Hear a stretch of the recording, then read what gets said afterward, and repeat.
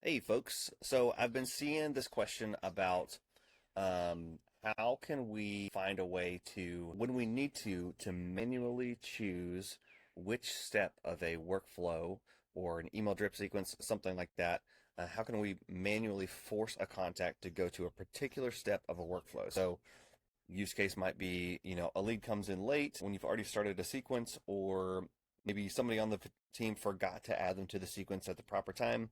Whatever the case may be, right? You don't, if you have, 8 emails in a drip sequence, you want them to start at email 4 instead of at the top, right? For whatever reason. I've seen a lot of requests for HighLevel to build this in as a feature. It doesn't look like it's happened yet. Could be on the way. Who knows? I know they're building a lot of stuff over there, but I came up with an idea for a workaround that, it's definitely not as ideal as it being built in as a native.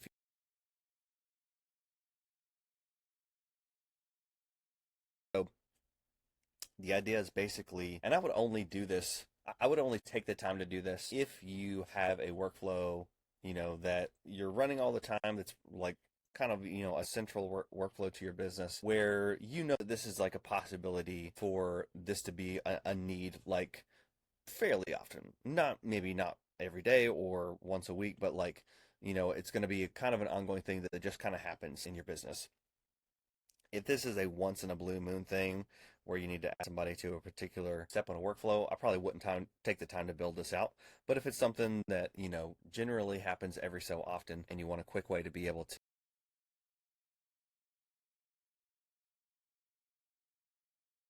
the way I would build this out is based on an if else condition at the very top of your workflow. So I've got a standard, email drip sequence in here. I think there's one, two, three, four, like 5 emails in here, something like that. So you might have some that are long, right? You might have a lot more actions going on, but this is just an example. So what I would do is at the very top, before any other actions kick off, right, you would come up here and I want to say if. So it's an if else condition, and let's just call this workflow step, oops, routing. And obviously you can name that whatever you want that to be there. And what I'm going to do in here is I'm literally just going to build these branches out based on the steps in my workflow. So stick with me. What I'm basically going to do is build these branches out, and then the outcome of these branches. So you're going to come in. Anybody who comes into this is going to get kind of sorted through here, and then based on the branch, I'm going to then use a go-to action that will then shoot them into the step of the workflow that I want them to go into. Okay, and then the way that we are actually going to have people sorted into these is through some custom fields. Okay, so what I'm going to do is I'm just going to name these directly after the steps of my workflow, and hopefully this will let me save this without completing that because I need to build my custom fields first. Okay, looks like it won't let me build it yet. So I'm going to open up a new tab. And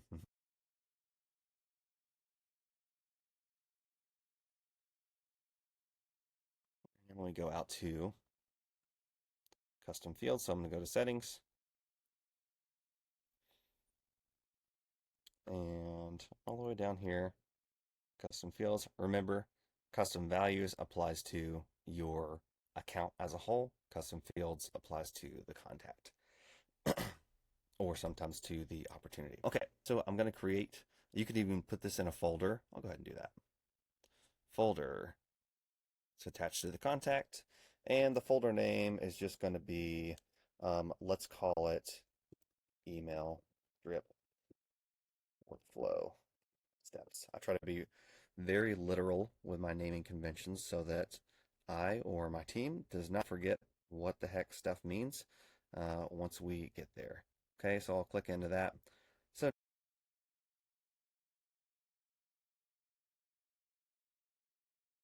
actually, let's do it as a drop down. Oops, come back here. There we go. Okay, so the field type is going to be a drop down. We're going to add it to the contact object.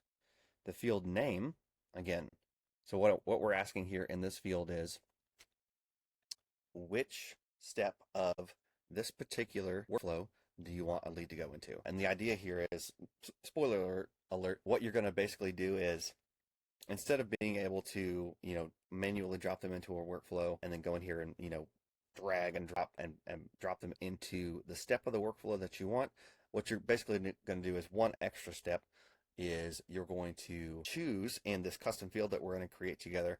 You're going to choose the step of the workflow in this custom field, and then you're going to drop them into workflow step. And I'm going to say something like you can kind of change the name there if you want to. Basically, what the question that I'm asking, if the field name is a question, the question I'm asking here is which step inside of the email drip workflow sequence do I want them to go in? Okay, so you can name however makes the most sense to you and your team there. So the field name is this. Okay, and now I'm going to choose my options. All right, so first option. Okay, first option is, you guessed it, email 1. Okay. Second option, email 2. Third option, email 3. And finally, email 4. Now you can, if you have other actions in here like a text message or a notification to a team member or, any other litany of actions, all you got to do is you don't have to change the formatting of it or of that step in your workflow. Okay. That way everything stays really organized. So, the field name is based on the name of the workflow, and then all your options are just named after the steps in that workflow. Okay, but for my example here, I think this is good. So we got email 1, 2, 3, 4. Those are our drop-down options. So I'm going to say create custom field. Okay. Now I can go back to my workflow. I probably need to refresh.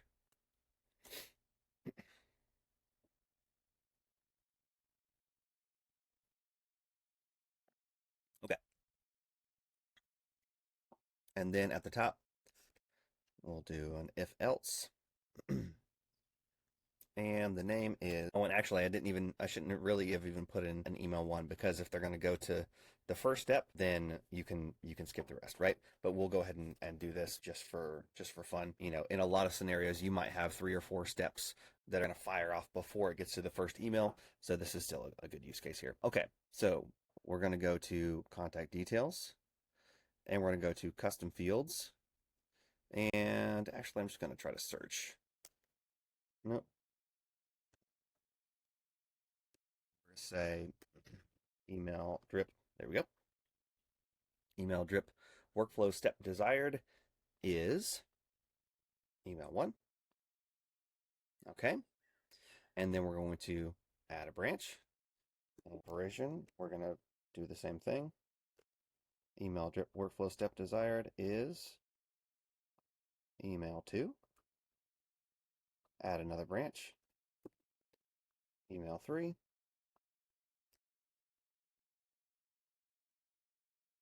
Step desired is email 3. And remember, if you're not super familiar with these, whatever you put right up here is just the name or the label. Actually kind of controls the system and makes that routing logic work. So don't skip over that. Okay, and one more branch. Email 4. And there's my custom field. Now, so what this is going to do is zoom out here. Okay, so lead's going to come in here. The very first thing that happens is it's going to basically start asking these questions, and it's going to ask, hey, does this particular contact have email 1 marked in this field called email drip workflow step desired? If they do, then they're going to go into the email 1 branch, right? And they'll go right there. Or, again, if there's a bunch of steps before that, then we'll use the go-to condition. I'll show you that here in the next one. If they go into the email 2 branch, if email 2 is filled out there, then what we're going to do is click right here. I'm going to type in go. Action name is go to. Save that action. And then all these guys start highlighting for us to choose one of them. Okay. And so for this example, we're going to click on email 2. Okay, now this starts to look a little messy, but you can highlight over this. This is helpful to kind of like get your bearings a little bit so you know what's going on. So basically, comes in, it's going to check that custom field. If email 1 is filled in that field, boom, they go to email 1. If email 2 is filled in that field, it is going to skip past this stuff. It's going to travel down this little river to email 2. Okay, and then it'll continue on like normal. All right, let's keep going. If email 3 is filled in that field, save action, go to all the way down here to email 3. All right, so same thing. You got a little spider web going on in here, but you can highlight this to double check yourself. Email 3, that's going to travel down there. Skip over all the other stuff, and it's going to go straight into email 3. Okay. And finally, email 4. The action is go to, save, and we're going to travel down here. Choose email 4. Did it do it? Oh, gave me an error. I probably just lost my connection for a second while I was doing that. Try it one more time. Okay, there it went. Email 4. Okay. Now you might be asking, well, hey Josh, what about that none step there? What's going on with that? Well, I'm glad you asked that. Let me actually, just to make this a little bit more visually kind of make sense here, I'm gonna put this in here just to give us a little buffer.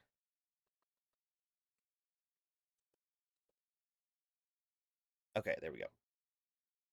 And then for this one, I'm actually going to say go to. Okay, gotcha. Okay, I won't worry about that for now. Okay, so for this none branch, this means that the lead went through, or sorry, the automation, got the lead. It went through these checks and that, hey, they don't have email 1, 2, 3, or 4 filled out in this custom field that you made here. It's blank, right? So what do we do with that person? Well, if that's the case, then that's just a regular old lead who just came into your funnel or into your automation the regular old way, right? And they don't need any special routing to happen to them. They can just go through like normal. So, and this is really important that you don't skip this step, because right now those regular leads are just going to get dumped right out of your automation. You don't want that, right? What we do want is for them to just get routed right to the normal step. And what you can even do if you want to get really fancy is I can grab, so here's all of my, here's basically like the normal, content of my workflow here, right? All these steps here. What I can do is, and I'd be careful with this just to make sure that you do it properly. I can click on these 3 dots and I'm going to say, move all actions from here, not delete, not copy, move all actions from here. Click that. And then I'm going to click right here underneath the none branch. And then I just shifted the whole thing over there.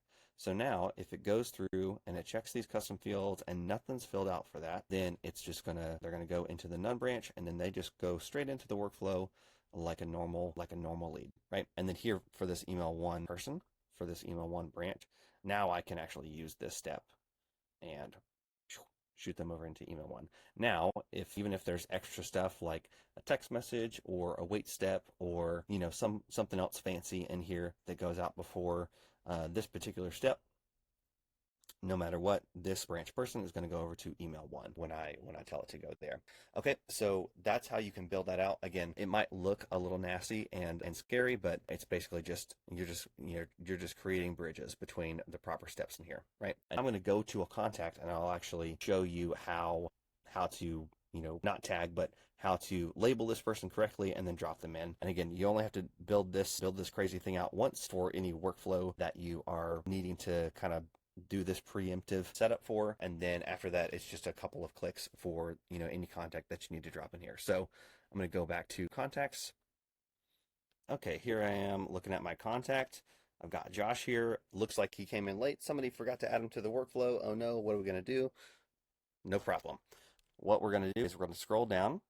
Here is that fancy new folder that we set up for the custom fields. Now, if you, for whatever reason, need to set this up for multiple workflows, then you would just have, 2, 3, 4, 5, 7 drop downs below here with those custom fields for any workflows that you need to sort of manipulate here. So let's say, okay, Josh just came in. I need to drop him into the drip sequence, but I want him to skip straight to email 3. Okay, so I'm going to go here, open this up, and here's the drop down, email 3, and save. Okay, not quite done yet. I'm basically just labeled him now, and I'm giving the system instructions on, hey, when they get into the workflow, here's how to route them. Now, the very next thing to do is go to Actions, Workflows, and I'm going to add him to a workflow. Email drip sequence. I'm going to start it right away, and let's test this out. All right, now he's been added to the workflow. Hopefully, if I just set up my routing and my triggers correctly, then he is going to go through that if-else condition, and he's going to get skipped past everything else and go straight to email number 3. So we can actually go check that. Go over to automation. Open up my drip sequence. I can zoom out. Maybe not that much. And I can scroll down and find right here below email 3, we've got a contact. And who is that? That's our buddy. Sweet. All right. And so that's how that works. So, and I can even check the enrollment history just to make sure that he didn't go through any other step here, right? So I've got Josh here. I can click right here on execution history. And it says he was added to the workflow. Cool. And then, well, let's see, is this showing me backwards? No, that's right. And so he went straight into the email number 3. So this is kind of confusing because he didn't get the email here. This is the email 3 branch that he went through in that if-else condition. And then he went down that go-to road to email action, email number 3, and he got that email, right? And now he's in the wait step for the next action. He's caught up with everybody else, okay? So again, would definitely be more helpful if this feature becomes native soon to where you can just grab somebody, drag and drop, boop, put them right into the step of the workflow that you need them to go into. But for now, in the meantime, until the mad scientists over there at HighLevel finish getting this set up as a native feature, this is a workaround that you can set up for yourself if it's worth it to you to go through that maybe 10-minute setup to set up that custom field, set up those couple of branches in your workflow for any workflows that you have where this might be a possibility for leads to need this sort of manual movement fairly often. All right, as always, let me know if you have any questions and comments down below, and if you have any other high-level questions, I'd love to see if I can help. Drop those down below as well, and we'll see you soon.